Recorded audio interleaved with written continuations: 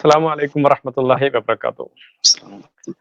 Medical സ്കെപ്റ്റിക്കിന്റെ ഒരു പുതിയ programme, അതായത് നമ്മള് ഈ വ്യാജ ചികിത്സകരുടെ കാപട്യവും കളവും എല്ലാം പൊളിച്ചടക്കുന്ന ഒരു സീരീസ് ആയിട്ട് കുറച്ചു കാലമായിട്ട് തുടങ്ങിയിരുന്നു. നമ്മൾ കുറച്ചു കാലത്തേക്ക് ഇതൊന്ന് നിർത്തിവെച്ചതായിരുന്നു. വീണ്ടും ഇത് തുടങ്ങേണ്ട വളരെ അനിവാര്യമായ ഒരു ഘട്ടത്തിലാണ് നമ്മളിപ്പോൾ ഉള്ളത്. കാരണം ഇവര് ചികിത്സയുടെ പേരിലും അത് മതത്തോട് കൂട്ടിച്ചേർത്ത് ഇത് മതവുമായി ബന്ധപ്പെട്ട ഒന്നാണ് എന്നും ഇവരുടെ ചികിത്സ മാത്രമാണ് മതത്തിന്റെ അടിത്തറയുള്ള ചികിത്സ എന്ന് പറഞ്ഞ് തങ്ങളുടെ കള്ളച്ചരക്ക് വിറ്റഴിക്കാൻ മതത്തിന്റെ ലേബൽ കൂട്ടുപിടിച്ചിട്ടാണ് ഇവർ സാധാരണ ചെയ്യാറുള്ളത്. എല്ലാ ഈ ഉഡായിപ്പ് ചികിത്സകരും ഉഡായിപ്പ് കച്ചവടക്കാരും സ്വീകരിക്കുന്ന ഒരു രീതിയാണ് തങ്ങളുടെ ഉൽപ്പന്നം അത് വിറ്റഴിക്കാൻ മതത്തിന്റെ കൂട്ടുപിടിക്കാന്നുള്ളത്. അപ്പൊ പുതിയൊരാള് ഈ രംഗത്ത് സിംഗിൾ നീഡിൽ അക്യുപങ്ക്ചർ എന്ന നിലയ്ക്ക് പുതിയൊരാളെ പരിചയപ്പെട്ടു ഈ അടുത്ത്. അദ്ദേഹം ഹാഫിൽ ആണെന്നാണ് പറയുന്നത്, ഹാഫിൽ അജ്മൽ ബുസ്താനി. അപ്പം ഖുറാൻ പഠിച്ച ആളായിരിക്കണം തീർച്ചയായിട്ടും. അപ്പൊ ഇങ്ങനെ ഖുറാനൊക്കെ പഠിച്ചുള്ള ആളുകളാണ് യാതൊരു അറിവുമില്ലാതെ തങ്ങളുടെ ഒരു ഏരിയ അല്ല ചികിത്സ എന്ന് പറഞ്ഞത്. ഓരോരുത്തർക്കും ഒരു ഏരിയ ഉണ്ടല്ലോ. അപ്പൊ അദ്ദേഹം പറഞ്ഞ നിങ്ങൾ ഭൗതിക വിദ്യാഭ്യാസം എല്ലാവരും പല രൂപത്തിൽ എടുക്കണം തന്നെയാണ് പറഞ്ഞത്. അപ്പൊ എല്ലാവർക്കും എല്ലാം പഠിച്ച് മനസ്സിലായിക്കൊള്ളണമെന്നില്ല. ഓരോരുത്തർക്ക് അവരുടെ ഏരിയ ഉണ്ട്. ആ ഏരിയയിൽ തങ്ങളുടേതല്ലാത്തൊരു ഏരിയയിൽ നിന്നുകൊണ്ട് ഇതിനൊക്കെ നോക്കിക്കാണുകയും തനിക്ക് വായിൽ തോന്നിയതെല്ലാം വിളിച്ചു പറയുകയും പിന്നെ അറിയുന്ന ഒരു മതത്തിന്റെ കാര്യങ്ങളാണ്. അപ്പൊ ഇത് മതവുമായി ബന്ധപ്പെട്ടതാണ്. അപ്പൊ നിങ്ങൾ യഥാർത്ഥ വിശ്വാസിയാണെങ്കിൽ ചികിത്സ എടുക്കണം എന്ന് പറയുന്ന ഒരു ഇരട്ടത്താപ്പ് വിരോധാഭാസമാണ് ഇവിടെ കാണുന്നത്. നമുക്ക് നേരിട്ട് അതിലേക്ക് കൊടുക്കാം. നമ്മോടൊപ്പം എന്നുള്ളത് UAE ഫാർമസിസ്റ്റുകളായ ഫാസിൽ മുഹമ്മദ് ആൻഡ് ഷമീം, രണ്ടുപേരാണ് നമ്മളോട് ഒപ്പം ഉള്ളത്. എന്തായാലും നിങ്ങളെ വെൽക്കം ചെയ്യാണ്. നമുക്ക് അധിക സമയം എടുക്കാതെ തന്നെ അദ്ദേഹത്തിന്റെ വീഡിയോയിലോട്ട് നേരിട്ട് പോവാം.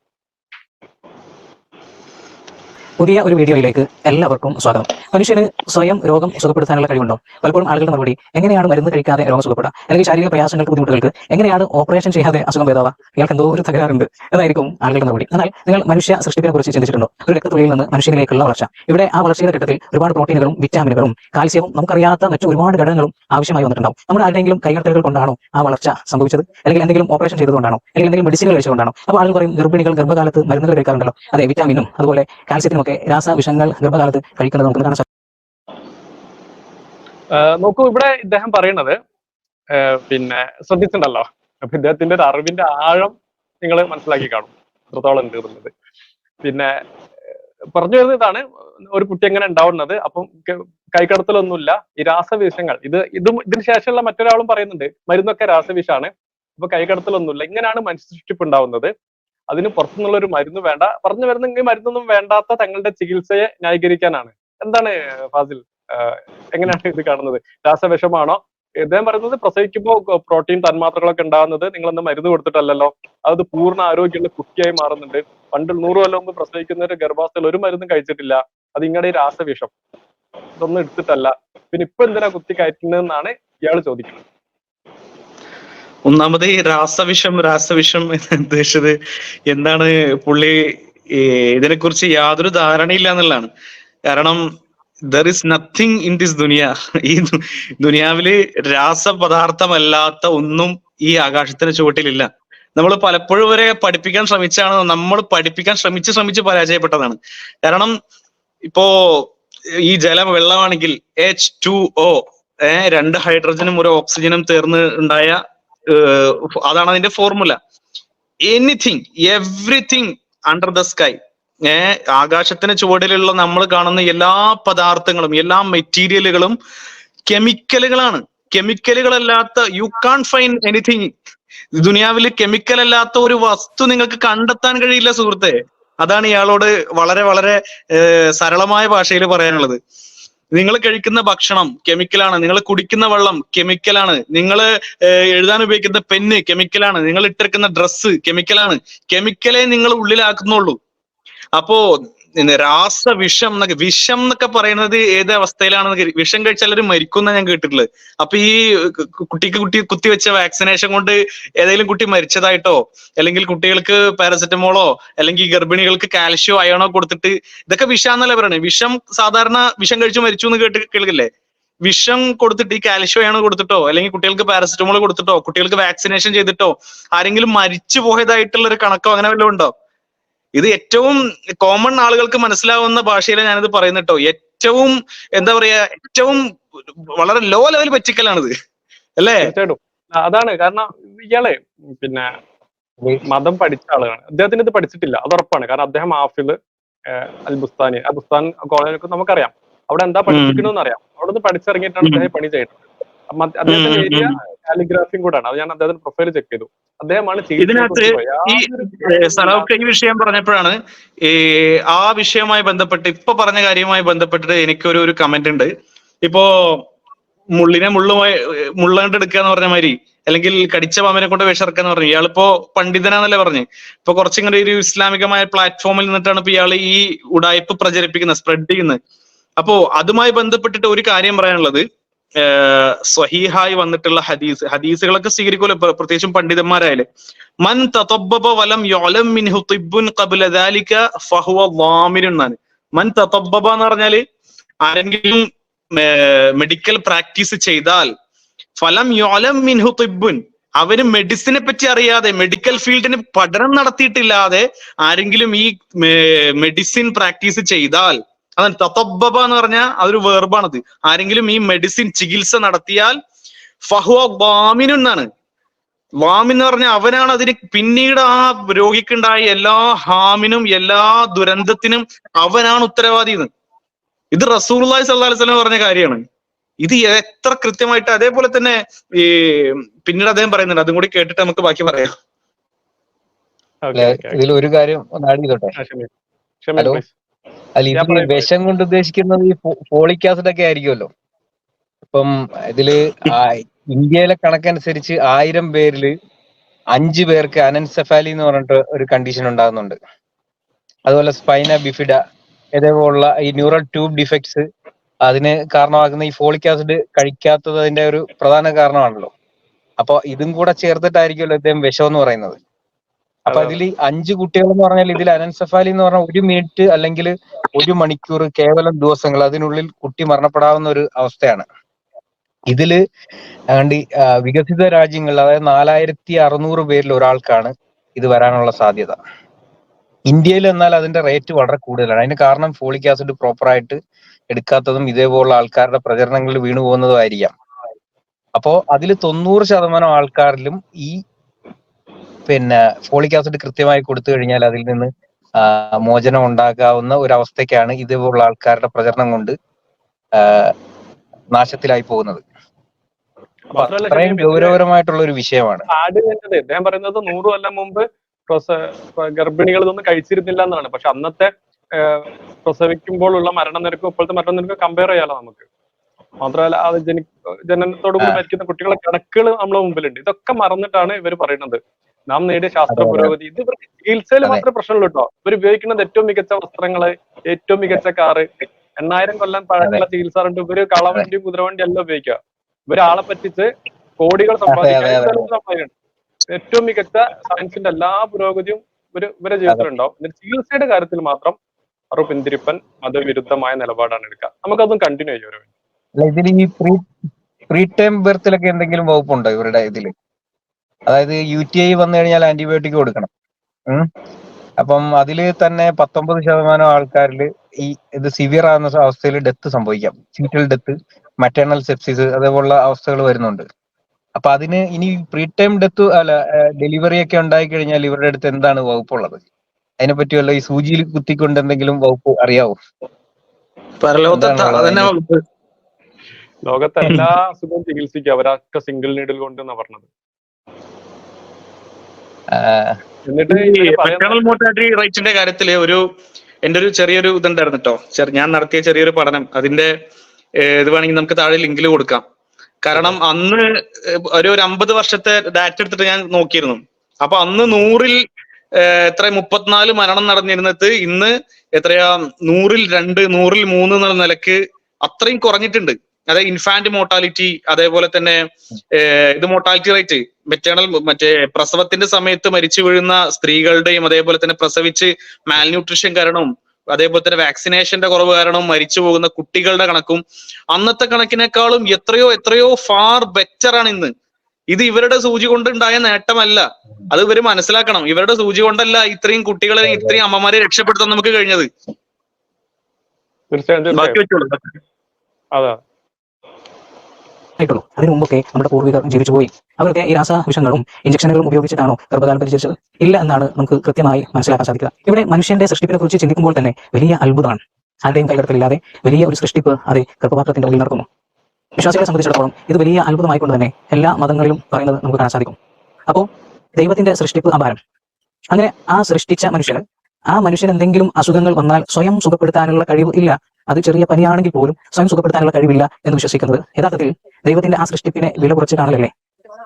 കൃത്യമായി ചിന്തിച്ചു കഴിഞ്ഞാൽ അതെ, നമ്മൾ ഇടപെടേണ്ട ഒരു വലിയൊരു ഏരിയ ആണത്. ഇവരെ ഒരു പോയിന്റ് എന്താണെന്ന് വെച്ചാൽ, ഇവരെ ക്ലാസ്സുകളൊക്കെ പഠിപ്പിക്കണം എന്താ വെച്ചാൽ, ഇതൊരു സെൽഫ് ക്യൂർ മെക്കാനിസം ഉണ്ട്.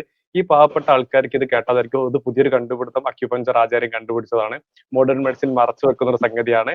അപ്പൊ പടച്ചോന്റെ സൃഷ്ടിപ്പ് ഭയങ്കര അന്യൂനമാണ്. ഒരു സെൽഫ് ക്യൂർ മെക്കാനിസം പടച്ചോന് തന്നിട്ടുണ്ട്. അത് മറച്ചു വെച്ചിട്ടാണ് മോഡേൺ മെഡിസിൻ മരുന്ന് വെക്കുന്നത്. അപ്പൊ അതില് അസുഖം ചികിത്സിക്കും. കേരള സിലബസിൽ 9ാം ക്ലാസ്സിൽ പഠിക്കാനുള്ളതല്ലേ അക്യൂർഡ് ഇമ്മ്യൂണിറ്റിയും ആർജിതമായിട്ട് ഉണ്ടാകുന്ന ഇമ്മ്യൂണിറ്റി ഒക്കെ, സെൽഫ് മെക്കാനിസം ഒക്കെ അല്ലേ? ശരിയല്ലേ? 9ാം ക്ലാസ്സിൽ പഠിക്കാനുള്ളതാണെന്ന് തോന്നുന്നു. കണ്ടിന്യൂ ചെയ്യൂ. അല്ല, അപ്പൊ ആ ഒരു ബേസിക് ധാരണ, ആ ഒരു സെൽഫ് ക്യൂർ മെക്കാനിസത്തിന്റെ ബേസിലാണ് വാക്സിൻ അടക്കമുള്ള മരുന്നുകൾ അടക്കമുള്ളവ വികസിപ്പിച്ചത് എന്നുള്ള ബേസിക് ധാരണ അവർക്കില്ല. അപ്പൊ നമ്മൾ സ്വാഭാവികമായിട്ട് ചോദിക്കും, അങ്ങനെയാണെങ്കിൽ പിന്നെ എന്തിനാ നിങ്ങൾ സൂചി കൊണ്ട് കുത്തുന്നത്? ഒക്കെ പഠിത്തവരുടെ സൃഷ്ടിപ്പിൽ സെൽഫ് ക്യൂർ മെക്കാനിസത്തോട് ചെയ്യുമെങ്കിൽ നിങ്ങൾ എന്തിനാണ് സൂചി എടുത്ത് കുത്തുന്നത് ചോദ്യം ചോദിക്കാറുണ്ട്. പക്ഷെ ഇത് സാധാരണക്കാർ നമ്മൾ എങ്ങനെ ബോധ്യപ്പെടുത്തും? അതാണ് ഒരു ക്വസ്റ്റ്യൻ. ഇതിനകത്ത് ആദ്യം ഇവനൊരു മതപരമായ പരിവേഷം അത് ദുരുപയോഗം ചെയ്യുന്നുണ്ട് ഇദ്ദേഹം എന്ന് മാത്രമല്ല, ഞാൻ ഈ രംഗത്ത് കണ്ടിട്ടുള്ള പച്ച പിടിച്ച ഒരുപാട് പേര് തൊപ്പിയും താടിയും ദുരുപയോഗം ചെയ്യുന്നുണ്ട്. ഈ തൊപ്പിയും താടിയും അത് കൃത്യമായ ദുരുപയോഗം. കാരണം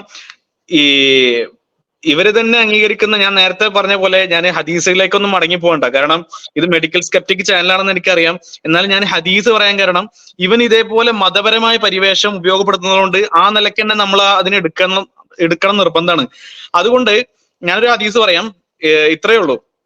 അൽബാനി സ്വഹീഹാക്കിയ ഹദീസാണ്. ലികുല്ലി ദാഇൻ ദവാഉൻ ഫഇദാ ഉസീബ ദവാഉ ദാഉ ബറഅ ബിഇദ്നില്ലാഹ്. അതായത് ലികുല്ലി ദാഇൻ, എന്ന് പറഞ്ഞാൽ മറവ്, അസുഖം. ലികുല്ലി ദാഇൻ ദവാ, എല്ലാ അസുഖങ്ങൾക്കും എന്തുണ്ട്? ദവാ ഉണ്ട്. ദവാ എന്ന് പറഞ്ഞാൽ മരുന്നുണ്ട്. ഫഇദാ ഉസീബ ദവാഉൻ, ആ മരുന്ന് എത്തിക്കഴിഞ്ഞാൽ, when the medicine is applied to the disease, അദ്ദാഉ ബറഅ ബിഇദ്നില്ലാഹ്, the disease is cured by the God's permission. ഇത് സ്വഹീഹായ ഹദീസാണ്. അതേപോലെ തന്നെ സമാനമായ ഒരുപാട് റിപ്പോർട്ടുകളുണ്ട്. ഇന്നല്ലാഹ അസ്സ വജൽ ലം യളഅ ദാഇൻ ഇല്ലാ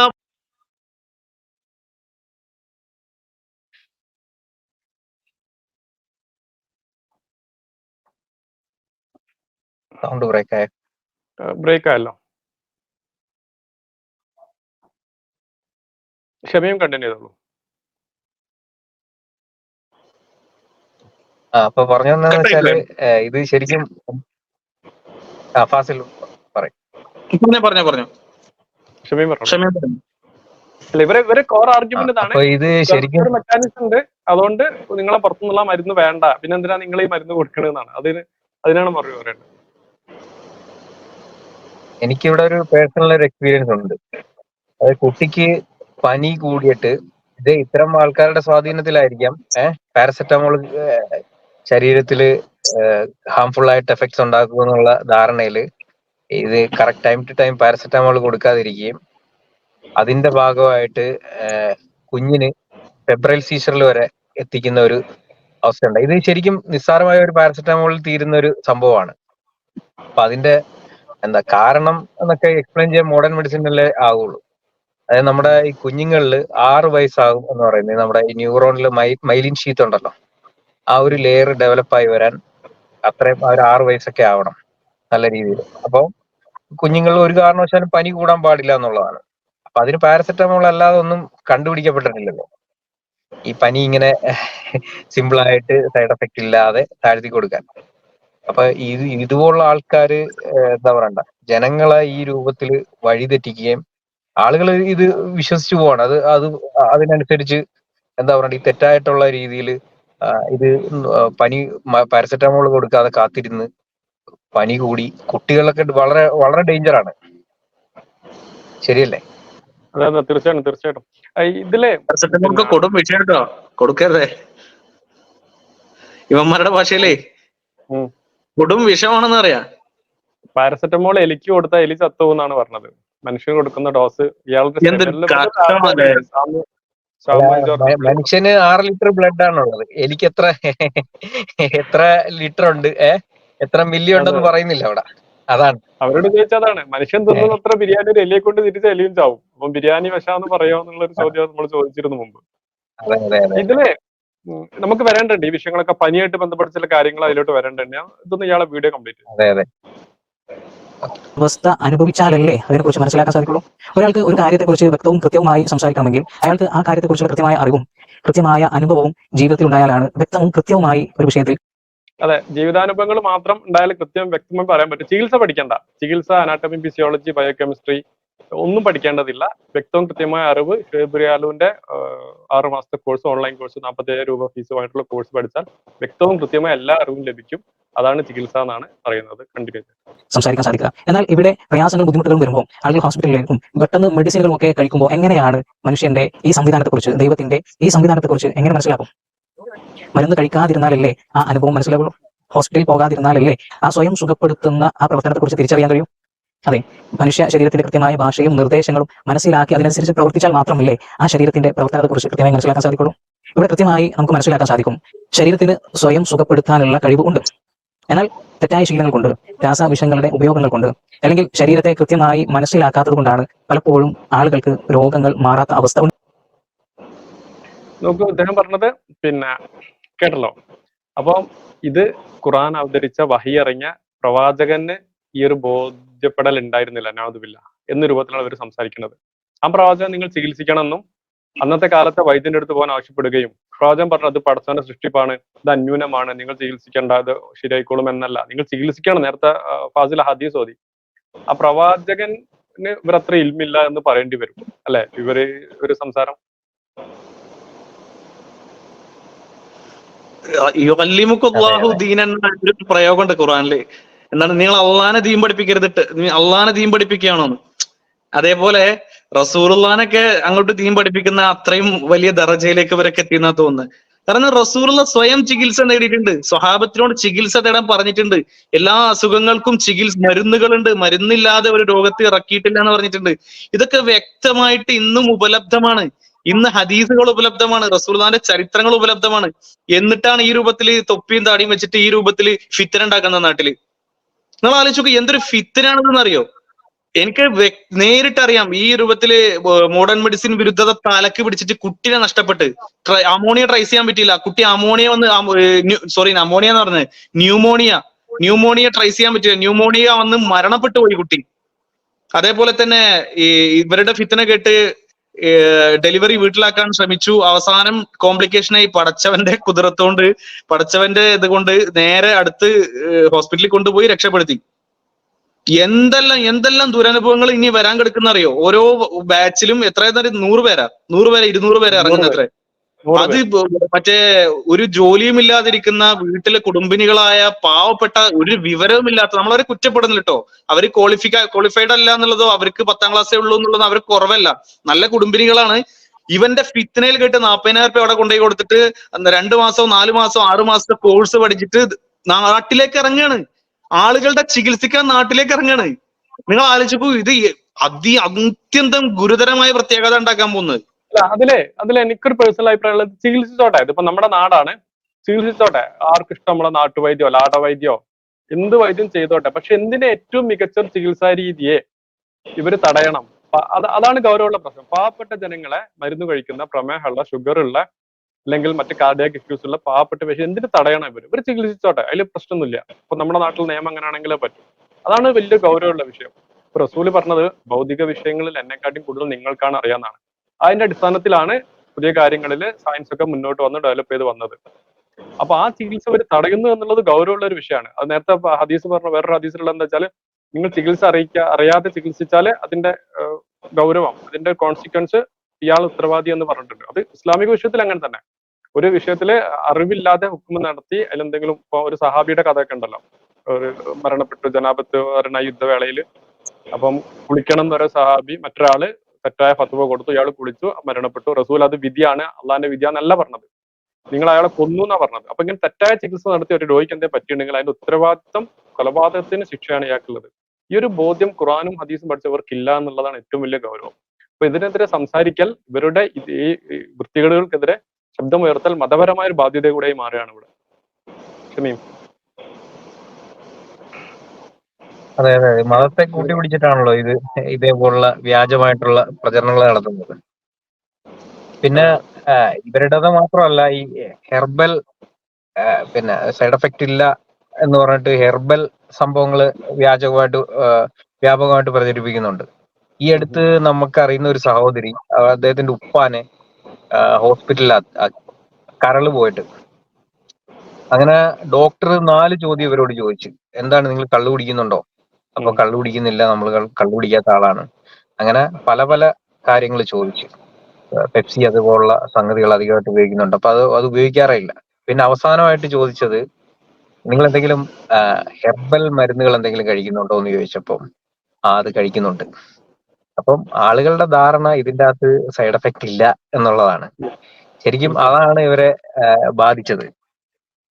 എന്ന് പറഞ്ഞ പോലെ ഇതിനാണെങ്കിൽ പിന്നെ എഫക്റ്റും ഇല്ല, സൈഡ് എഫക്റ്റും ഇല്ല. ഈ പറഞ്ഞ ബോഡി തന്നെത്താൻ മാറുന്ന മെക്കാനിസം, അത് സൂചി കുത്തിയാലും മാറും, ഇല്ലെങ്കിലും മാറും. പിന്നെ അത് ഇത്ര പറയേണ്ട വിഷയമാണ്. അതിന് മരുന്ന് കഴിക്കുന്നവർ മരുന്ന് കഴിക്കാതിരിക്കുക, ശരിയായ ചികിത്സ എടുക്കാതിരിക്കുക, അതാണ് ഇതിന്റെ ഒരു പ്രശ്നം. അല്ലാണ്ട് ഒരാൾ സൂചി കുത്തുന്നതുകൊണ്ട് വേറെ ഇൻഫെക്ഷൻ ഒന്നും ഇല്ലെങ്കിൽ മറ്റു പ്രശ്നങ്ങളൊന്നുമില്ല.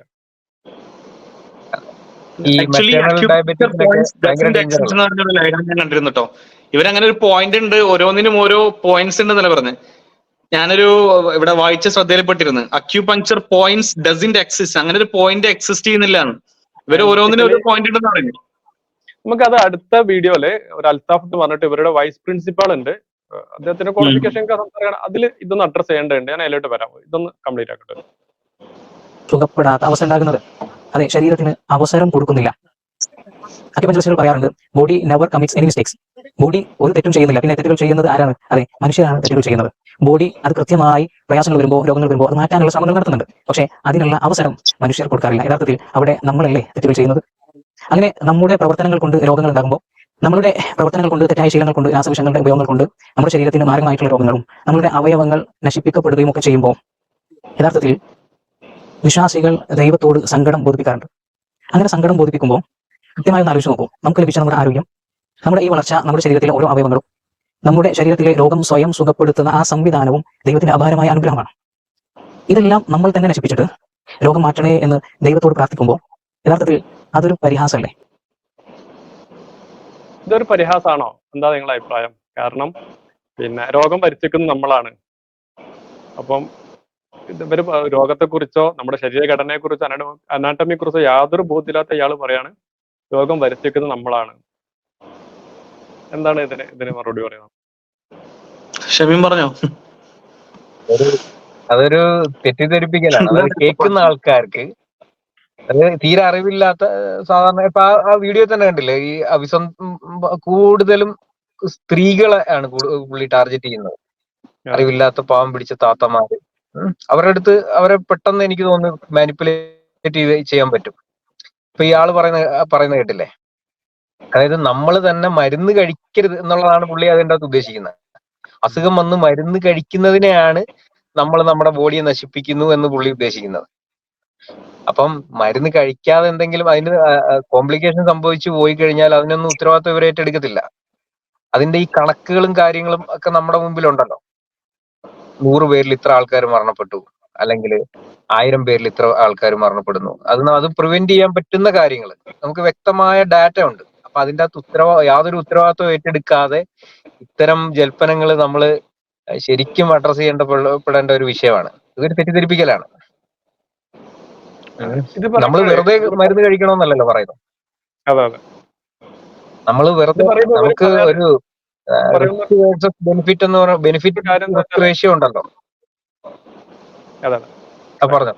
അല്ലെ, ഇത് പറയുമ്പം ഇവര് പറയുന്ന ഒരു കാര്യം, പിന്നെ ഡയാലിസിസ് സെന്ററുകളിൽ ഏറ്റവും കൂടുതൽ പേഷ്യന്റ് ആ ഗതിയിലാവാൻ കാരണം പിന്നെ പ്രമേഹത്തിന് മരുന്ന് കഴിച്ചാണ് കിഡ്നി അടിച്ചു പോകുന്നതാണ് ഒരു സാറിന് ഇയാളുടെ നേതാവ്, ആത്മീയ നേതാവ് ഷുഹൈബ് റിയാൽ പറയാറ്. അങ്ങനെ പ്രമേഹത്തിന് മരുന്ന് കഴിച്ച് കിഡ്നി അടിച്ചു പോലാണോ? എന്താണ് അതിന്റെ വസ്തുത എന്താണ്?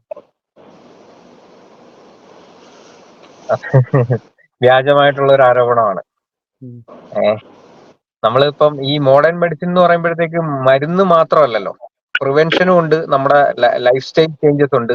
നമ്മൾ ഭക്ഷണം കഴിക്കുന്നതിന്റെ ഇപ്പൊ പ്രോട്ടീൻ ഇൻടേക്കിന്റെ കണക്ക് വരെ പറയുന്നുണ്ട്. 0.8 ഗ്രാം പെർ കിലോഗ്രാം. അതായത് 60 കിലോ വെയിറ്റ് ഉള്ള ഒരാൾ എത്ര ഗ്രാം പ്രോട്ടീൻ ഇൻടേക്ക് ചെയ്യണം, ഒരാളുടെ ബേസൽ മെറ്റബോളിക് റേറ്റിന്റെ അടിസ്ഥാനത്തിൽ എത്ര ഭക്ഷണം കഴിക്കണം, ഒരാളുടെ സെഡൻഡറി ആയിട്ട് ഇരിക്കാൻ പാടില്ല. ഈ ലൈഫ് സ്റ്റൈൽ ചേഞ്ചസിനെ പറ്റിയിട്ടൊക്കെ വ്യക്തമായി പറഞ്ഞതിന് ശേഷം ഒരാൾക്ക് അസുഖം വരുമ്പോൾ ആണ് നമ്മൾ മരുന്ന് അവർക്ക് പ്രിസ്ക്രൈബ് ചെയ്യുന്നത്. അപ്പോ ഇതിന്റെ അകത്ത് ഈ ലൈഫ് സ്റ്റൈൽ ചേഞ്ചസും ഭക്ഷണത്തിൻ്റെത് ഇവര് അതിന്റെ അങ്ങ് കുത്തക ഏറ്റെടുത്ത് ശരിക്കും അത് മോഡേൺ മെഡിസിൻ കൈകാര്യം ചെയ്യുന്ന പോലെ വേറൊരു സംഭവം ചെയ്യുന്നില്ല എന്നുള്ളതാണ് അതിന്റെ ഒരു വസ്തുത. എങ്ങനെ ഭക്ഷണം കഴിക്കണം, എത്ര വ്യായാമം ചെയ്യണം, പിന്നെ അതിൽ അനേറോബിക് എക്സർസൈസ്, പിന്നെ എയറോബിക് എക്സർസൈസ്, വെയിറ്റ് ട്രെയിനിങ്, ഇതെല്ലാം ക്ലാസിഫൈ ചെയ്ത് പ്രത്യേകം പറയുന്നുണ്ട്. 30 വയസ്സിന് ശേഷം 10% മസിൽ ലോസ് ഉണ്ടാകാനുള്ള സാധ്യതയുണ്ട്. അതുകൊണ്ട് മസിൽ ബിൽഡപ്പ് ചെയ്യണം. പിന്നെ അങ്ങനെ സകല കാര്യങ്ങളും, ഫാറ്റി ലിവർ ഉണ്ടായിരിക്കാനുള്ള സംഭവങ്ങൾ, ഇൻസുലിൻ റെസിസ്റ്റന്റ് ആകാതിരിക്കാൻ വേണ്ടി എങ്ങനെ ഭക്ഷണം ക്രമീകരിക്കണം, ഇതുപോലുള്ള കാര്യങ്ങളെല്ലാം അഡ്രസ്സ് ചെയ്തതിന് ശേഷമാണ് പിന്നെ നമ്മൾ മരുന്ന് കഴിക്കാൻ പറയുന്നത്.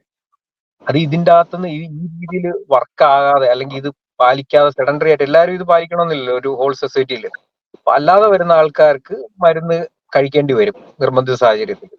അല്ലാതെ എല്ലാവർക്കും നമ്മൾ മരുന്ന് കഴിക്കണം എന്നല്ലല്ലോ പറയുന്നത്. അപ്പൊ ഇവര് ഒരു ആടിനെ പട്ടിയാക്കി മാറ്റുന്ന ഒരു രീതിയാണ് ഇവരില് കണ്ടുവരുന്നത്. ശരിയല്ലേ?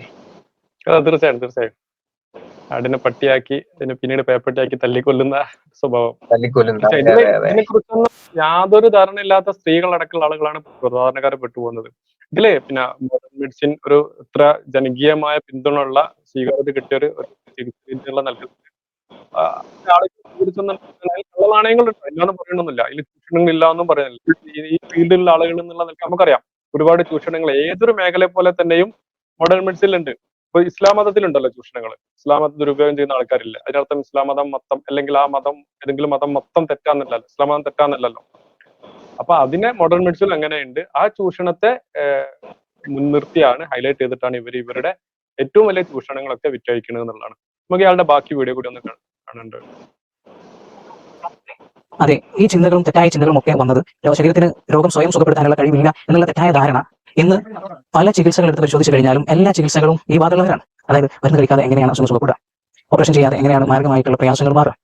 ഈ രൂപത്തിലുള്ള ചിന്ത ഉണ്ടാകുമ്പോൾ ആ രൂപത്തിലുള്ള ഒരു കൾച്ചർ ഈ സമൂഹത്തിൽ സൃഷ്ടിച്ചെടുക്കാൻ ഇന്നത്തെ കാലത്തെ ഡോക്ടർമാർക്ക് സാധിച്ചിട്ടുണ്ട്. കൃത്യമായി മനസ്സിലാക്കി കഴിഞ്ഞാൽ ഇത് തെറ്റായ അറിവാണ് എന്ന് മനസ്സിലാക്കാൻ സാധിക്കും.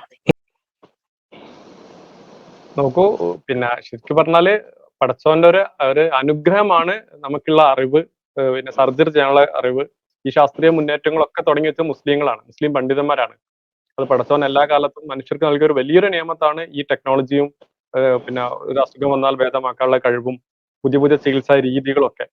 ഇതൊക്കെ ചെയ്തത് മഹാപാപമാണ്, തെറ്റാണ് എന്ന് പറയുന്ന ആരാണ്? ഇതിനെക്കുറിച്ച് യാതൊരു പ്രാഥമിക വിദ്യാഭ്യാസം ഇല്ലാത്ത, ഒന്നും പഠിക്കാത്ത, ചികിത്സയെ കുറിച്ച് ഒന്നും അറിയാത്ത ഒരാളാ പറയുന്നത്.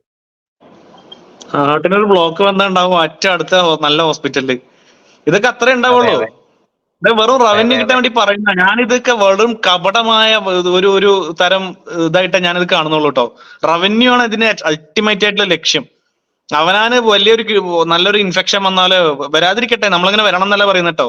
എന്തെങ്കിലും ഒരു ഇൻഫെക്ഷൻ വന്നാലോ, അല്ലെങ്കിൽ ഒരു ഡെലിവറി കേസ് ഇവന്മാരെ തന്നെ വീട്ടിൽ വെച്ച് നടക്കുന്ന എന്തെങ്കിലും ഡെലിവറി കോംപ്ലിക്കേറ്റഡ് ആയാലോ, അല്ലെങ്കിൽ ഒരു ഹൃദയത്തിൽ ഒരു ബ്ലോക്ക് വന്നാലോ നേരെ കൊണ്ടുപോടും ഏറ്റവും നല്ല ഹോസ്പിറ്റലിലേക്ക്, ഏറ്റവും നല്ല ഫെസിലിറ്റീസിലേക്ക് കൊണ്ടുപോടും.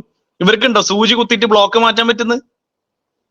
ഇവർക്കുണ്ടോ കഠിനമായ ഇൻഫെക്ഷൻ വന്നു കഴിഞ്ഞാൽ സൂചി കുത്തി ബാക്ടീരിയയും വൈറസിനെ നശിപ്പിക്കാൻ പറ്റുമോ? ഇവിടെ സൂചി കുത്തിയ വയറിലുള്ള ബാക്ടീരിയ നശിച്ചു പോകും. ഇവിടെ സൂചി കുത്തിയ നമ്മളെ ഫാരിഞ്ചൈറ്റിസോ ബ്രോങ്കൈറ്റിസോ മാറുമോ? എന്താണ് ഇതിന്റെ ഒക്കെ ഒരു ഇത് എങ്ങനെയാണ് ആളുകൾ ഇതിലേക്ക് അട്രാക്ട് ചെയ്യപ്പെടുന്നത്? ഭയങ്കര അത്ഭുതമാണ് കേട്ടോ. ഇത്രയും എന്താ പറയാ പ്രബുദ്ധ കേരളം എന്നൊക്കെ പറയുന്ന ആൾക്കാര് ആയിരങ്ങളാണ് ഇവന്മാരെ പിന്നാലെ പോകുന്നത്. നല്ല പണി കിട്ടിയിട്ട് തിരിച്ചു വന്നവരുണ്ട് കേട്ടോ, അങ്ങനെയുണ്ട്. അതില്ല എന്ന് പറയുന്നില്ല. പണി കിട്ടിയിട്ട് മനസ്സിലായിട്ട് ഇവന്മാര് ഉടായ്പാണ് എന്ന് ബോധ്യം വന്നിട്ട് പിടിക്കാൻ വന്നവരുണ്ട്.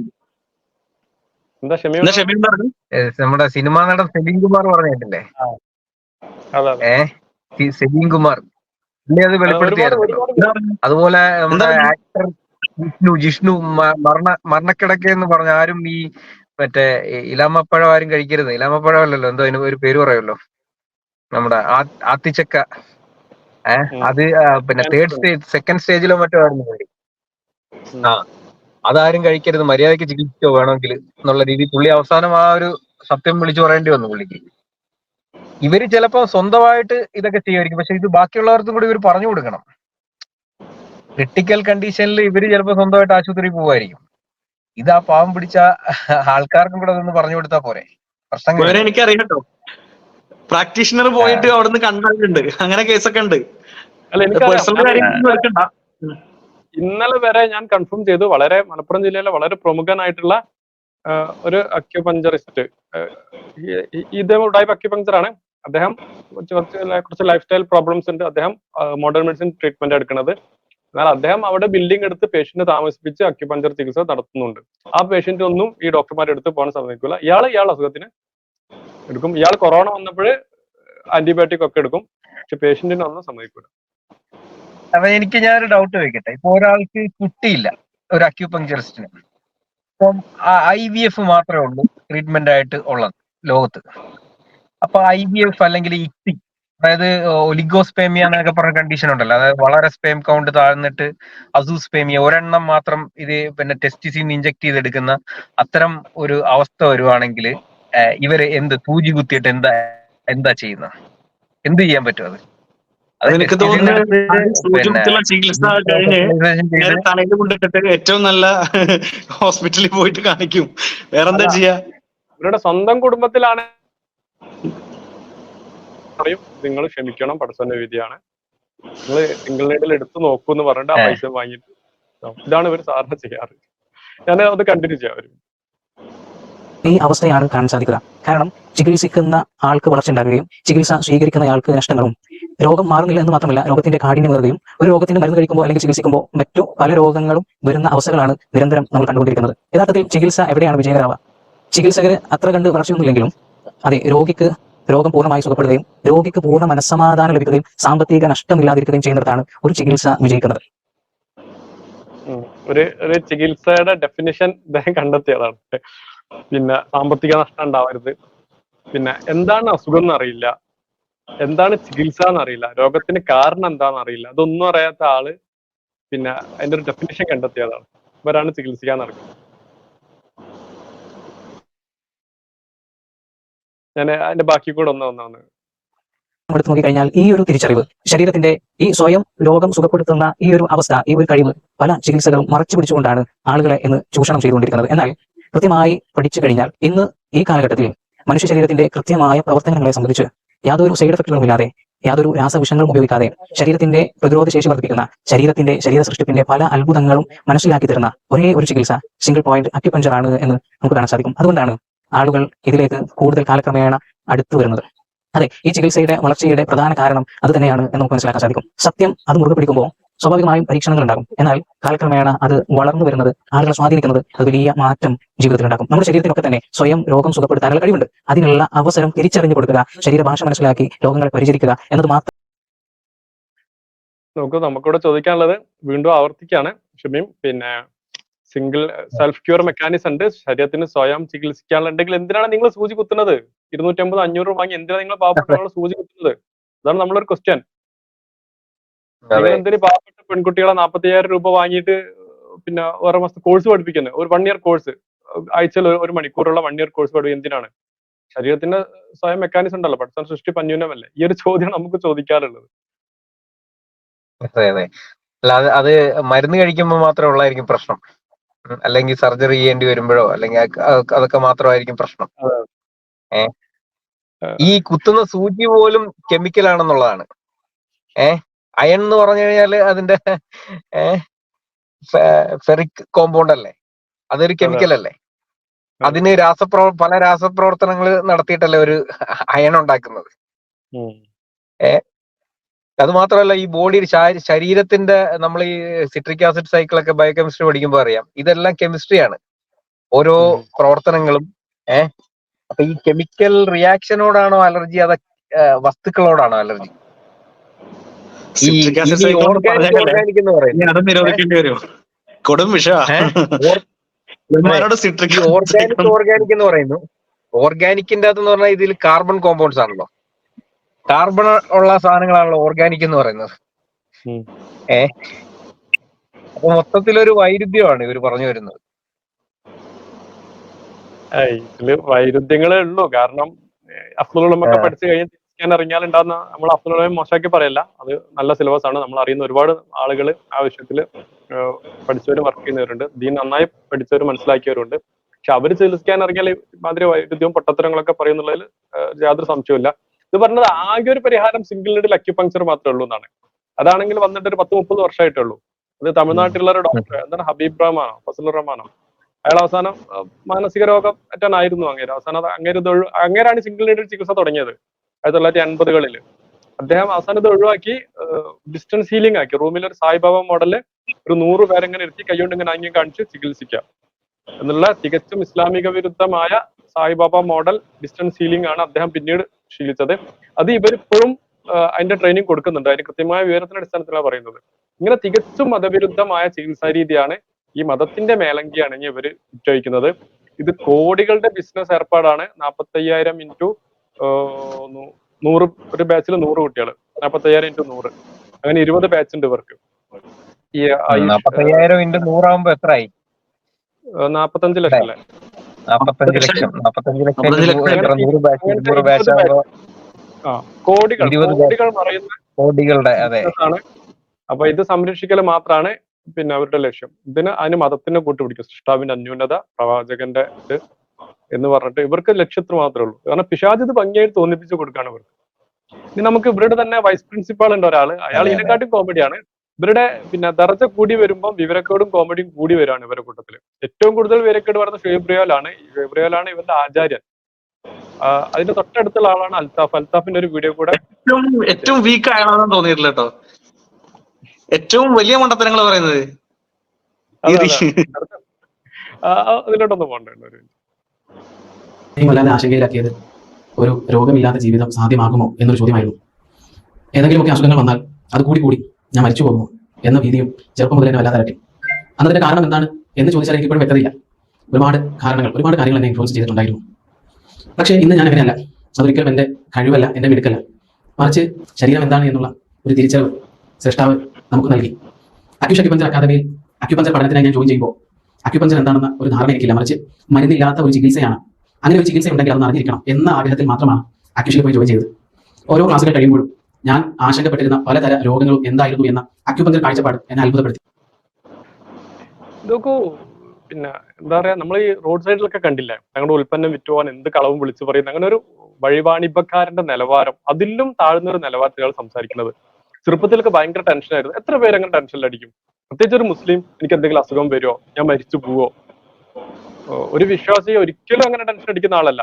അങ്ങനെ ടെൻഷനിൽ കുറെ കാലം ജീവിച്ചപ്പോഴാണ് ഞാൻ ഈ കോഴ്സ് കാണാനിടയായത്. നമ്മുടെ ഈ പാസ്റ്റർമാരോടൊക്കെ കണ്ടില്ലേ, ഞാൻ കുറെ കാലം പ്രശ്നത്തിലായിരുന്നു, അപ്പോഴാണ് എനിക്ക് ഈ അച്ഛൻ ഈ വഴി കാണിച്ചത്. ആ നിലവാരത്തിലേക്ക് വന്നിട്ട് അയാൾ പറയാം. ആ കോഴ്സിൽ എന്തൊക്കെ പഠിക്കുന്ന കൃത്യമായ ധാരണ നമുക്കുണ്ട്. ഈ ഷുഹൈബ് ഈ പറഞ്ഞ കോഴ്സിൽ പഠിപ്പിക്കുന്ന സിലബസ് എന്താണെന്ന് കൃത്യമായിട്ട് അറിയാം. ഇതിൽ ഓരോ രോഗത്തെ കുറിച്ച് പഠിപ്പിച്ചു. ഇങ്ങനെ തലയിൽ തൊപ്പിയും വെച്ച് താടിയും വെച്ച് കളവ് പറയാം, അത് മതത്തിന്റെ പേര്. ഒന്ന് ബാക്കി കണ്ടിന്യൂ ചെയ്യട്ടെ. ഓരോ ക്ലൈമറ്റ് ചേഞ്ചിലും വരുന്ന പനിയും ജലദോഷവും ചുമയും ഒക്കെ ഒരു അസാധാരണ സംഭവമായി ഞാൻ കണ്ടിരുന്നു. അക്യുപങ്ചർ പഠിച്ചപ്പോഴാണ് ഇത് ശരീരത്തിന്റെ പ്രൈമറി കോംപ്ലക്സ് ആണ്.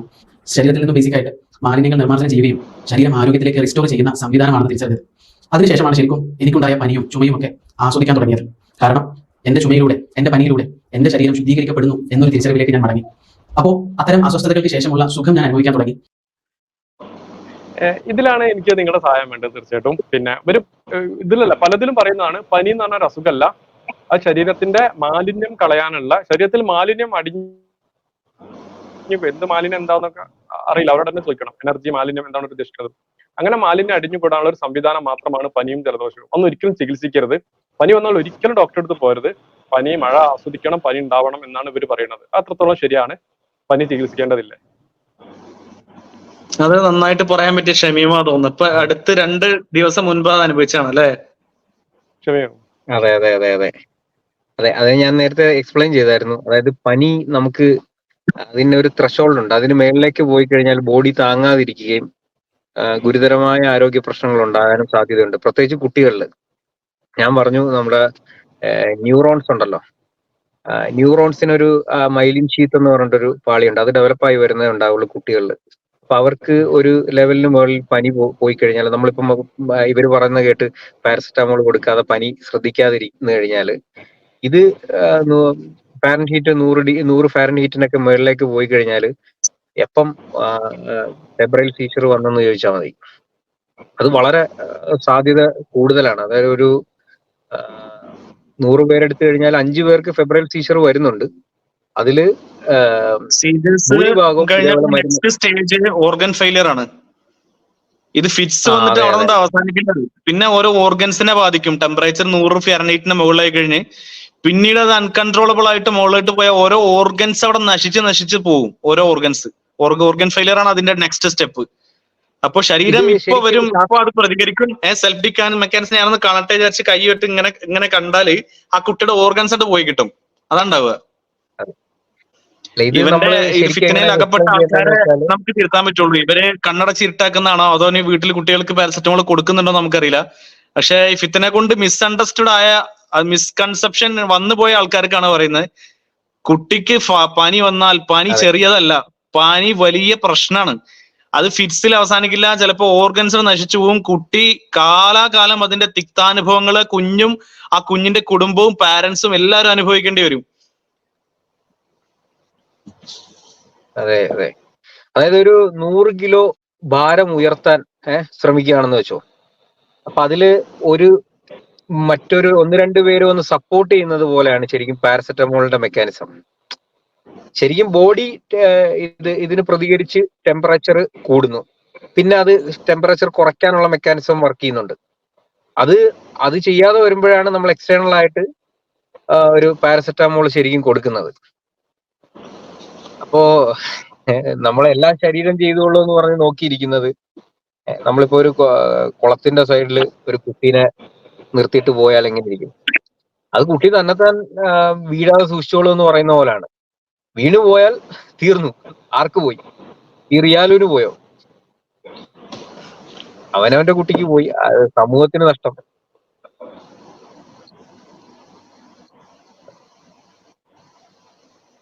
സലാമൊക്കെ മൈക്ക് ഓഫ് ആണ്. വ്യാപകമായി പ്രചരിപ്പിക്കുന്ന ഒരു സംഗതിയാണ് ഇത്. എല്ലാത്തവരും വീഡിയോയിൽ ഇത് ഇല്ലാതല്ല. പനി ചികിത്സ ഇപ്പൊ കേരളത്തിലൊക്കെ നാട്ടിലൊക്കെ ഒരുപാട് മഴക്കാലമായിട്ട് ഒരുപാട് പനികളൊക്കെ ഉണ്ട്. ഇത് പിന്നെ സ്വാഭാവികമായിട്ടുള്ള പ്രതിരോധ സംവിധാനമാണ് പനി, ഒരിക്കലും ചികിത്സിച്ച് മാറ്റരുത് എന്നൊക്കെ വ്യാപകമായി പ്രചരിപ്പിക്കുന്നുണ്ട്. എനിക്ക് തോന്നുന്നു അതുകൊണ്ട് തന്നെയാണ് ഇപ്പൊ നാട്ടിലില്ലാത്ത അസുഖങ്ങളൊക്കെ ഇപ്പൊ തിരുവനന്തപുരം ഭാഗത്തൊക്കെ പല അസുഖങ്ങളും കണ്ടുവരുന്നുണ്ട്. ഇവരുടെ ഈ പ്രചരണങ്ങൾ കൊണ്ടാവാം എനിക്കൊന്ന് അത്ര അസുഖങ്ങളൊക്കെ തിരിച്ചു വരാൻ തുടങ്ങിയിട്ടുണ്ട് എന്നുള്ളതാണ്.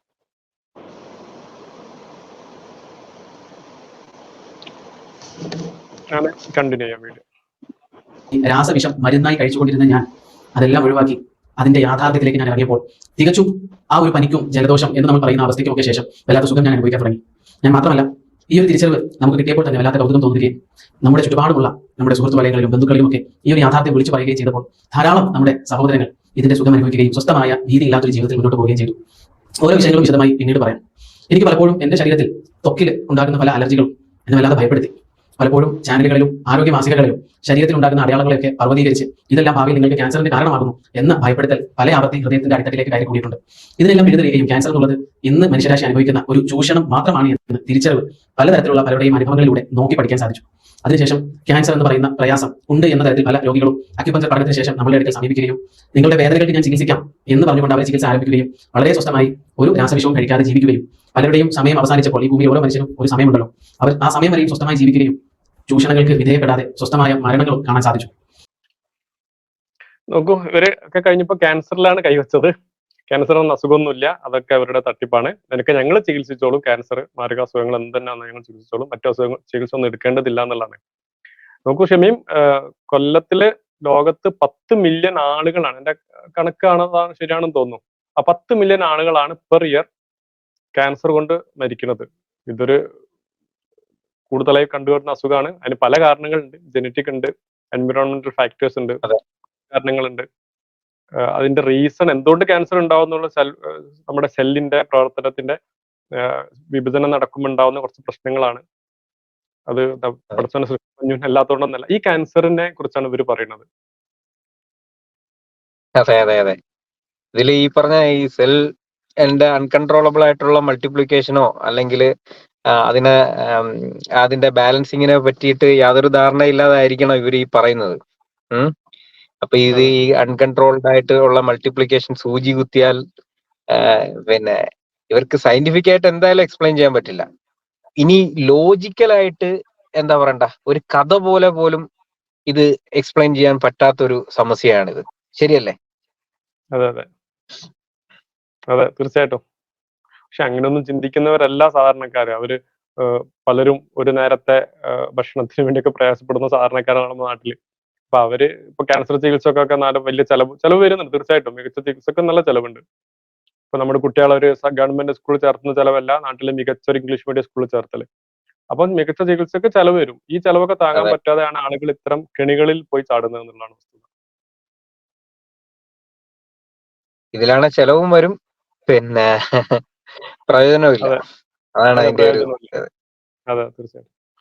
അത് കണ്ടിന്യൂ ചെയ്യാം. മേ ബി രക്ഷപ്പെടുത്താൻ പറ്റുന്ന ഒരു സംഭവത്തിനെ ആയിരിക്കും പിന്നെ അതെ ഇവരുടെ അതെ അതെ ഒരു ഉടായ്പ കൊണ്ട് ജീവൻ നഷ്ടപ്പെടുന്നത്. അതെ.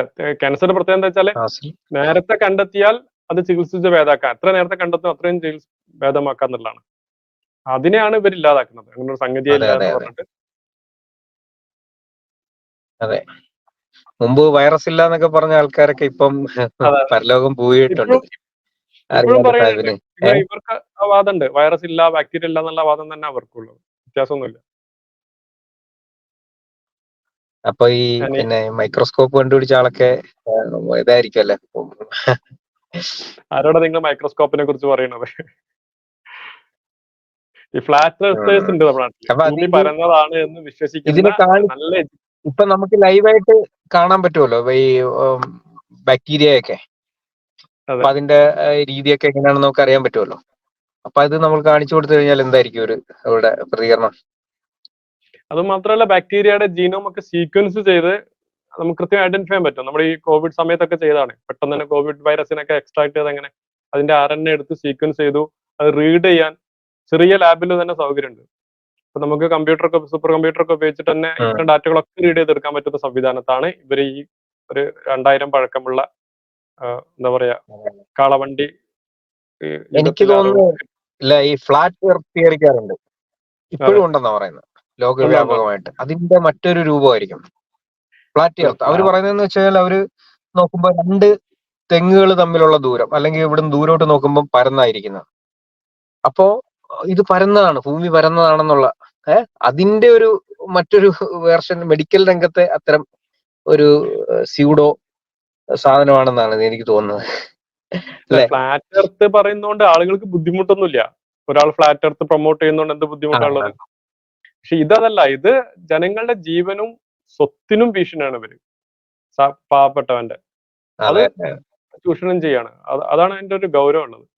അതൊന്ന് ബാക്കി കണ്ടിന്യൂ ചെയ്യട്ടെ. ഇതിന് ഗവൺമെന്റ് ഏതെങ്കിലും തരത്തില് ഇതിന് എതിരായിട്ട് എന്തെങ്കിലും ഉണ്ടോ? അതോ ഇതിനെ സപ്പോർട്ട് ചെയ്യുകയാണോ ചെയ്യുന്നത്? നമ്മുടെ നാട്ടിലുള്ള ചില സിസ്റ്റം കാരണം ഗവൺമെന്റ് ചില നിയന്ത്രണങ്ങൾ വരുത്താനുള്ള പ്രയാസങ്ങളുണ്ട്. നാട്ടിലിപ്പം നാട്ടുവൈദ്യത്തെയൊക്കെ പ്രൊമോട്ട് ചെയ്യേണ്ട ഒരു അവസ്ഥയാണല്ലോ.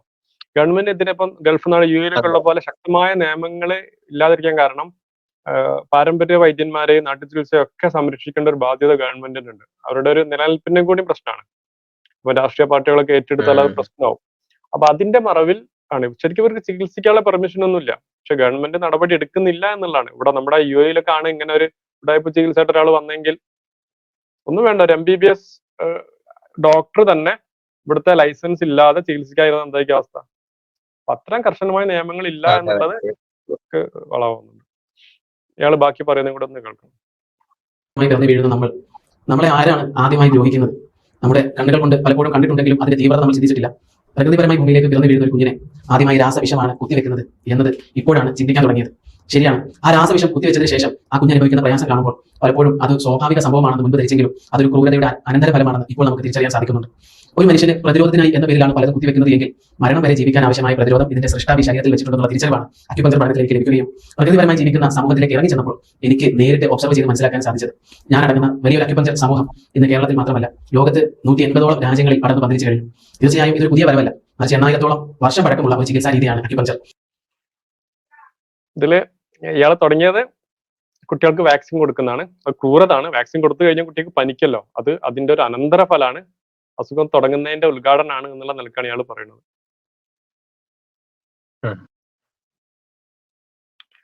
വാക്സിന് 180 രാജ്യങ്ങളായിട്ടുണ്ടെന്നാണ് പറയുന്നത്. അത് അതായത് നമ്മുടെ ഈ അക്യുപഞ്ചർ മാത്രമല്ല, ഈ റൈക്കി എന്ന് കേട്ടിട്ടുണ്ടോ? റൈക്കി എന്ന് വെച്ചാല് മറ്റേ നമ്മുടെ ബോഡിയിൽ നിന്നൊരു പിന്നെ പോസിറ്റീവ് എനർജി, ഒരു വലയം, അതിന് ഓരോ ആൾക്കാരും ഈ ധ്യാനത്തിലൂടെ പവർ ആർജിച്ചെടുക്കുകയും അങ്ങനെ റൈക്കി ആയിട്ടുള്ള ആൾക്ക് കൂടുതൽ ആളെ ഹീൽ ചെയ്യാൻ പറ്റുമെന്ന്, ഹീലിംഗ് പവർ, അങ്ങനെ അത്തരം സ്യൂഡോ ആയിട്ടുള്ള കാര്യങ്ങൾ അതുവരെ പ്രൊമോട്ട് ചെയ്യുന്നുണ്ട് പല രാജ്യങ്ങളും. അപ്പൊ ഈ രാജ്യത്തിന്റെ എണ്ണമൊന്നും ഇതിനൊരു കാര്യമല്ല. അല്ല, അതില് ഷമീം വേറൊരു വിഷയമുണ്ട്. 180ഓളം രാജ്യങ്ങൾ പ്രൊമോട്ട് ചെയ്തതും വേൾഡ് ഹെൽത്ത് ഓർഗനൈസേഷൻ അംഗീകരിച്ചു എന്നും പറഞ്ഞിട്ട് ഇവർ പ്രൊമോട്ട് ചെയ്യുന്നത് ഇവരുടെ വ്യാജ ചികിത്സ അല്ല, അത് ഒറിജിനൽ അക്യുപങ്ചർ ആണ്. ആ ഒറിജിനൽ അക്യുപങ്ചർ ഇതല്ല, അതൊട്ട് യാതൊരു ബന്ധമില്ല. കടലും കടലാടിയും പോലെ വ്യത്യാസമാണ്. ആ പേര് മാത്രം അക്യുപങ്ചർ മാത്രമേ ഉള്ളൂ. അത് ഇപ്പം യുഎയിലെ ചില ഹോസ്പിറ്റലൊക്കെ അക്യുപങ്ചർ ഉപയോഗിക്കുന്നുണ്ട്. ചില നെഫ്രോളജിസ്റ്റുകൾ, നിങ്ങളെ ജ്യേഷ്ഠൻ ഡോക്ടർ ഷബീറായിട്ട് സംസാരിച്ചപ്പം ചില മരുന്നുകൾ എഫക്ട് ചെയ്യാത്ത ചില പേഷ്യന്റിന് വേദന കുറയ്ക്കാൻ വേണ്ടി അക്യുപങ്ചർ ഉപയോഗിക്കാം. അതിന്റെ മെക്കാനിസം നമുക്കറിയാം. അത് കുത്തുമ്പം എൻഡോർഫിൻ എന്നുള്ള ഒരു ഹോർമോൺ പ്രൊഡ്യൂസ് ചെയ്യുകയും അങ്ങനെ ചില വേദനകൾക്ക് മാത്രം ഉപയോഗപ്പെടുത്താം. അതാണ് വേൾഡ് ഹെൽത്ത് ഓർഗനൈസേഷൻ അംഗീകരിച്ചത്. ആ മറവിൽ ഇവരുടെ ഉടായ്പ ചെയ്യും. അതുമായി യാതൊരു ബന്ധവും ക്യാൻസർ തൊട്ട് എയ്ഡ്സ് തൊട്ട് ലോകത്തുള്ള എല്ലാ ഇതുകൊണ്ട് ചികിത്സിക്കാവുന്നുള്ള ഒരു മാറ്റം എന്നുള്ള ഒരു ഇതിലേക്ക് എത്തിച്ചു. അതെ, അതായത് ഒറിജിനൽ അക്യുപങ്ചറിൽ റെക്കമെൻഡേഷനിൽ ഏതൊക്കെ അസുഖങ്ങളാണ് അതുകൊണ്ട് ചികിത്സിക്കുക എന്നും അത് കൃത്യമായ ഒരു ഡോക്ടർ മേൽനോട്ടത്തിലാവണമെന്നും അത് ഒരു പ്രാക്ടീഷണർ, കൃത്യമായ അംഗീകാരമുള്ള ഒരു പ്രാക്ടീഷണറാണ് ചെയ്യേണ്ടതെന്നും അത് ഡോക്ടർ നിർദ്ദിഷ്ട മരുന്നുകളൊന്നും ഒഴിവാക്കണമെന്നൊക്കെ കൃത്യമായി നിർദ്ദേശിക്കുന്നുണ്ട്. അതാണ് ഒറിജിനൽ അക്യുപങ്ചർ. അതിന്റെ മറവിലാണ് ഇവര് താടിയും തൊപ്പിയും വെച്ച കുറെ ആളുകൾ പാവപ്പെട്ട ജനങ്ങളെ പറ്റിക്കുന്നത്. ഈ പേരും പറഞ്ഞാണ്. അത് ഇതുമായി യാതൊരു ബന്ധവും ഇല്ല എന്നാണ് ഇത് കേൾക്കുന്ന ആളുകൾ മനസ്സിലാക്കുന്നത്. യാതൊരു ബന്ധവും. മാത്രമല്ല, ഒറിജിനൽ അക്യുപങ്ചറിന്റെ മെക്കാനിസം നമുക്ക് പറയാൻ പറ്റും. അത് ഇവർക്ക് അറിയില്ല. അത് ആ ഒരു സ്ഥലത്ത് ആ നീഡിൽ ഇറക്കുമ്പോൾ അതൊരു എക്സ്റ്റേണൽ ഇഞ്ചുറി ആയിട്ട് ശരീരം കണക്കാക്കുകയും അപ്പൊ അതിനെ പ്രതിരോധിക്കാൻ വേണ്ടിയിട്ട് അതൊരു സെൽഫ് ക്യൂർ മെക്കാനിസം തന്നെയാണ് ശരീരത്തിന്റെ. എൻഡോർഫിൻ എന്നുള്ള ഒരു ഹോർമോൺ പ്രൊഡ്യൂസ് ചെയ്യും. ആ ഹോർമോൺ വേദന കുറയ്ക്കാൻ സഹായിക്കും. ചില ആളുകളുടെ ഉറക്കം കുറവിന് അത് പരിഹാരമായിട്ട് ഈ ഹോർമോൺ സഹായിക്കും. ഇങ്ങനെയൊക്കെ ചെയ്യുന്നുണ്ട്. അപ്പൊ ഇവിടെ നമ്മൾ പറയേണ്ട ഈ ഹോർമോൺ ഉണ്ടാക്കുന്ന ഒരു മെക്കാനിസം ഉണ്ടല്ലോ, ആ മെക്കാനിസം, അതിന്റെ പാത്വേ, അതിലെന്തെങ്കിലും പ്രശ്നം ഉണ്ടെങ്കിൽ ഇവരെന്താ ചെയ്യുക? അതിനനുസരിച്ച് മോഡേൺ മെഡിസിൻ ആ മരുന്നുകൾ നിർമ്മിക്കുന്നതും ഈ പ്രശ്നം പരിഹരിക്കാനാണ്. അപ്പൊ ഇതൊന്നും അറിയാം. മെക്കാനിസം പിന്നെ എക്സ്പ്ലെയിൻ ചെയ്ത് തന്നത് മോഡേൺ മെഡിസിൻ ആണ്. മോഡേൺ മെഡിസിൻ അല്ലെ? അക്യുപങ്ചറിലുള്ള എൻഡോർഫിനും മറ്റു കാര്യങ്ങളും പിന്നെ അതിന്റെ തിയററ്റിക്കൽ എക്സ്പ്ലനേഷൻ നൽകിയിട്ടുള്ളത് അല്ലല്ലോ. അതെ.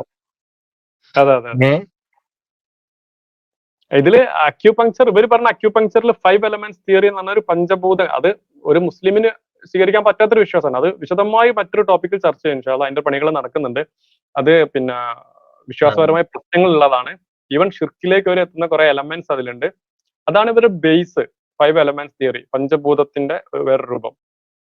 അത് ശരീരത്തിൽ ചില ഹോമിയോയിലുള്ളതുപോലെ തന്നെ അല്ലെ?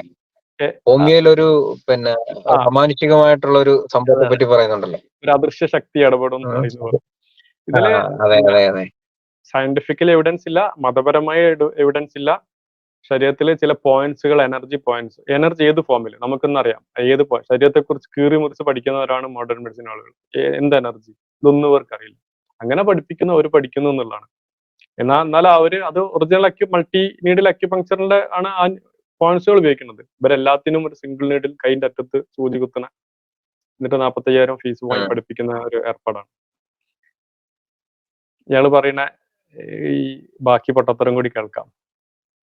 പ്പെടുത്തുന്നുവെങ്കിലും പലപ്പോഴും ഇത് ഒരു ചൂഷണ മേഖലയായി മുൻപോട്ട് കൊണ്ടുപോകാൻ കഴിയാത്തത് കൊണ്ടായിരിക്കണം അല്ലാത്തൊരു പ്രചരണം ഇതിന് ലഭിക്കാത്തത്. തീർച്ചയായും ഓരോ മനുഷ്യനും പഠിച്ചിരിക്കുക. എനിക്ക് തിരിച്ചറിവ് കിട്ടാൻ കാരണമായ അക്യുപങ്ചർ അക്കാദമിയോട് ഈ അവസരത്തിൽ ഞാൻ അതിനോട് അഭിമാനിക്കുന്നു. എനിക്കിതിന് ഭാഗ്യം നൽകിയ സൃഷ്ടാവിനെ അൽഹംദുലില്ലാഹ് ഞാൻ സ്തുതിക്കുന്നു. അതിനോടൊപ്പം എന്റെ ഗുരുനാഥന്മാരോട് ഞാൻ നന്ദി പറയുന്നു. തീർച്ചയായും നിങ്ങൾ ഓരോ ആളുകളും ആശുപത്രികളിൽ നിന്ന് മോചനം നേടാൻ, സ്വസ്ഥമായി ജീവിക്കാൻ നമ്മുടെ മക്കളെയൊക്കെയും പ്രകൃതിപരമായി എങ്ങനെയാണ് പരിപാലിക്കേണ്ടത്, അല്ലെങ്കിൽ പ്രകൃതിപരമായി ജീവിക്കാൻ അവരെ എത്തരത്തിലാണ് സഹായിക്കേണ്ടത് എന്ന് തിരിച്ചറിയാൻ അക്യുപഞ്ചർ പഠനം ഈ കാലഘട്ടത്തിലെ അനിവാര്യതയാണ്. എല്ലാവരും അക്യുപഞ്ചർ അക്കാദമിയിൽ വളരെ വൈകാതെ തന്നെ നിങ്ങൾ അഡ്മിഷൻ എല്ലാവരും 45,000 രൂപ അടച്ച് അഡ്മിഷൻ എടുക്കണം. എല്ലാവരും കോടികളുടെ ബിസിനസ്സാണ്. ഇതിങ്ങനെ വളച്ചു കെട്ടില്ല നേരെ അങ്ങ് പറയാമായിരുന്നല്ലോ. ഇത് ഈ തൊപ്പിയും താടിയും വെച്ചിട്ട് ഈ പരിപാടി അതാണ്. ഇതിലും നമ്മൾ മതത്തെയാണല്ലോ എന്തിനും കൂട്ടുപിടിക്കുന്നത്. അതെ, തീർച്ചയായിട്ടും മതത്തെ കൂട്ടിപ്പിടിച്ച് പാവപ്പെട്ട ആളുകളെ പറ്റിക്കാൻ ഗൗരവമുള്ള വിഷയമാണ്. മതപരമായി വളരെ ഗൗരവമുള്ള വിഷയമാണ്. അതുകൊണ്ട് തന്നെയാണ് നമ്മൾ ഇതിനെതിരെ ശക്തമായി പ്രതിരോധിക്കാന്നുള്ള ഇറങ്ങിയത്. അല്ലാതെ നമ്മൾ മോഡേൺ മെഡിസിൻ എന്തോ ഒരു ഇരുമ്പലൊക്കെയാണെന്നോ അതിൽ പ്രശ്നങ്ങളില്ല എന്നൊന്നല്ല. ഇത് മനുഷ്യനിർമ്മിതമായ എല്ലാ സ്ഥാനത്തിനും പ്രശ്നങ്ങളുണ്ട്, ചൂഷണങ്ങളുണ്ട്, ഇല്ലാന്നൊന്നല്ല. പക്ഷെ ഇവര് മോഡേൺ മെഡിസിൻ മികച്ച ചികിത്സാ രീതി എന്നുള്ള ഒരു സംശയമൊന്നുമില്ല. പ്രവാചകൻ പറഞ്ഞത് ഭൗതിക വിഷയങ്ങൾ നിങ്ങൾക്കാണ് കൂടുതൽ അറിയാന്നുള്ളതാണ്. അപ്പോൾ ചികിത്സയൊക്കെ ഭൗതികപരമായ വിഷയങ്ങളാണ്. അതിലെന്താണോ പ്രവാചക നിർദ്ദേശങ്ങൾ, തീർച്ചയായിട്ടും ആ നിർദ്ദേശങ്ങൾ പാലിക്കണം. അതോടൊപ്പം തന്നെ ഇത്തരം വിഷയങ്ങളിൽ നമ്മൾ നടത്തിയ മുന്നേറ്റങ്ങൾ, മനുഷ്യരാശി നടത്തിയ മുന്നേറ്റങ്ങൾ, ടെക്നോളജി ഉപയോഗിച്ചിട്ടുള്ള പുതിയ ചികിത്സാ രീതികൾ, അതന്നെയാണ് ഏറ്റവും മികച്ചത്. അതിൽ തർക്കമൊന്നുമില്ല. അതിനൊക്കെ തടഞ്ഞു നിർത്തുകയും യാതൊരു അറിവുമില്ലാതെ തങ്ങളുടെ ഉടായ്പ് വാദങ്ങൾ പ്രചരിപ്പിക്കും. അതിന് മതത്തിന്റെ മേലങ്കി അണിയുകയും ചെയ്യുന്ന ഒരു വളരെ ഗൗരവമുള്ള വിഷയമാണ്. ഇതിനെതിരെ പ്രതികരിക്കല് മതപരമായിട്ടുള്ള ബാധ്യത എന്നാണ് ഞാൻ മനസ്സിലാക്കുന്നത്.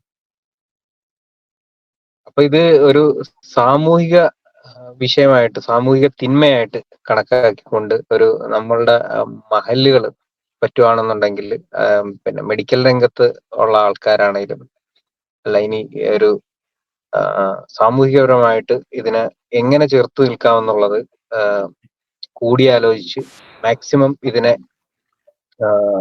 ഇതിനെതിരായിട്ട് പ്രതികരിച്ച് അതിനെ നിലക്ക് നിർത്തേണ്ട ഒരു വിഷയമായിട്ടാണ് ഇതിനെ ഞാൻ കാണുന്നത്.